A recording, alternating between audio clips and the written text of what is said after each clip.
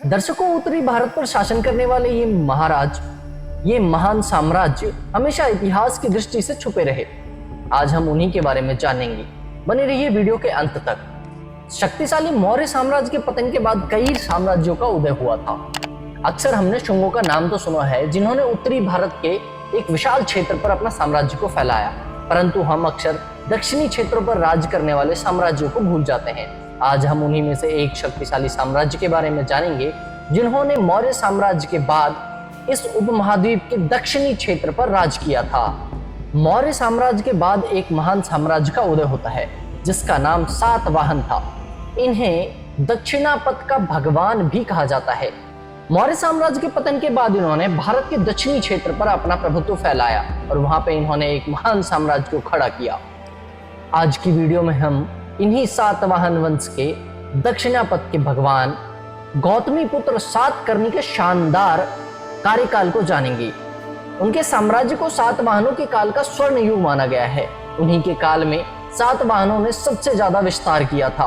अपनी क्षेत्रीय सीमा से लेकर हर एक क्षेत्र में उनका विस्तार अत्यधिक था।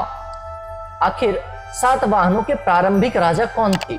उनका साम्राज्य कैसे विकसित हुआ और कैसे उन्होंने अपने साम्राज्य का विस्तार किया?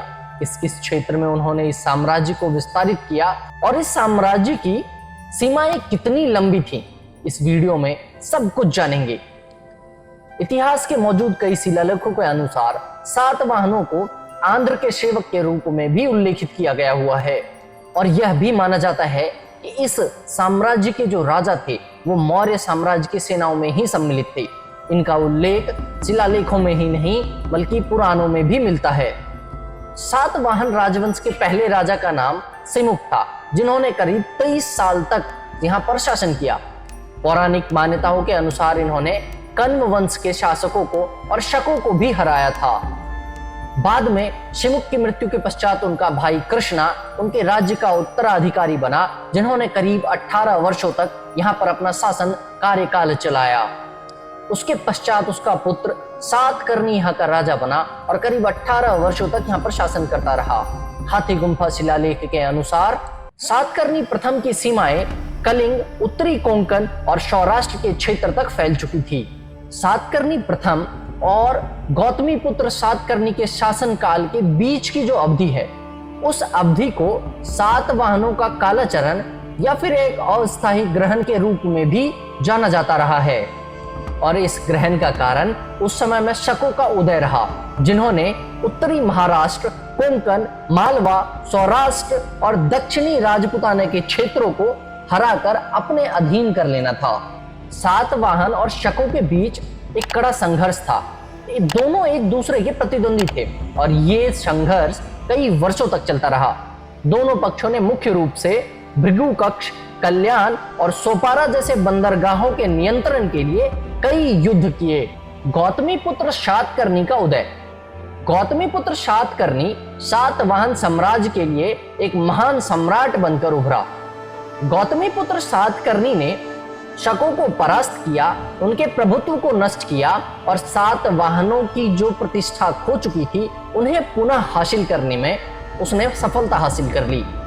हालांकि किसी भी शिलालेख या ग्रंथ को पढ़ने के बावजूद उसके शासनकाल की एग्जैक्ट डेट बताना थोड़ा मुश्किल है, लेकिन इतिहासकारों ने यह सुझाव दिया कि उसका राज्य करीब 106 से 130 ईसा पूर्व के बीच रहा होगा।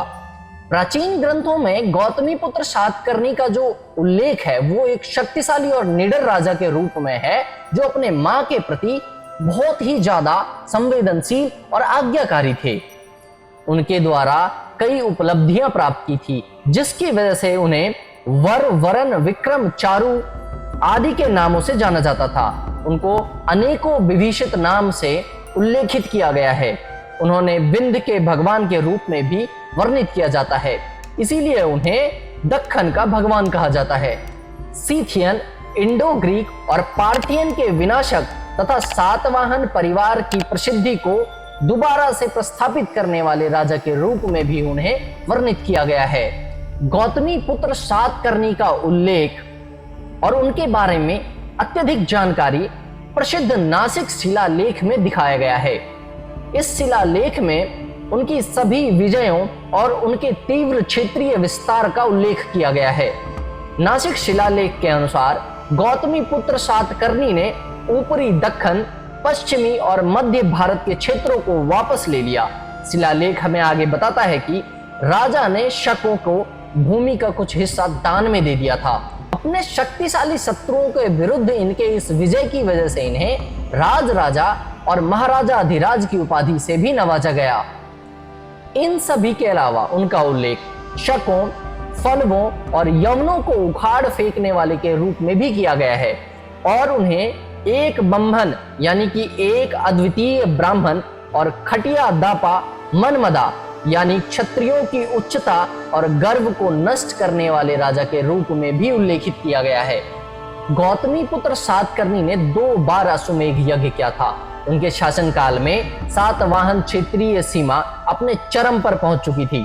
सौराष्ट्र, अवंती, मुल्का, विदर्भ आदि क्षेत्र भी गौतमीपुत्र सातकर्णी के साम्राज्य में मिल चुके थे। इन सभी के अलावा सातवाहन राजा अन्य धर्मों के प्रति भी धार्मिक रूप से सहिष्णु थे। ऐसा माना जाता है कि सातवाहन राजाओं ने बौद्ध और ब्राह्मण भिक्षुओं को भूमि दान देना भी शुरू किया था। इसके अलावा शिलालेख में यह भी उल्लेखित है कि उन्होंने एक आदेश जारी किया था कि कोई भी बौद्ध तथा ब्राह्मण भिक्षुओं को कोई भी शाही सैनिक परेशान नहीं करेगा। उनके हिसाब से ये दोनों भिक्षु अति सम्मानित व्यक्तित्व होते थे। कुल मिलाकर गौतमीपुत्र सातकर्णी सातवाहन वंश के सबसे महान राजा थे। उन्होंने असंभव चीजें हासिल की और साम्राज्य को नई ऊंचाइयों पर लेकर गए। उन्होंने इस राजवंश की पुरानी प्रतिष्ठा को भी वापस लिया जो शकों के बार बार हमलों के कारण नष्ट हो गई थी। अपनी मृत्यु से पहले उन्होंने कदर्मक वंश के शकों के साथ अपने कुछ क्षेत्र खो भी दिए थे। इस तथ्य को रुद्रदामन 150 ईस्वी के जूनागढ़ शिलालेख में उल्लेखित किया गया है।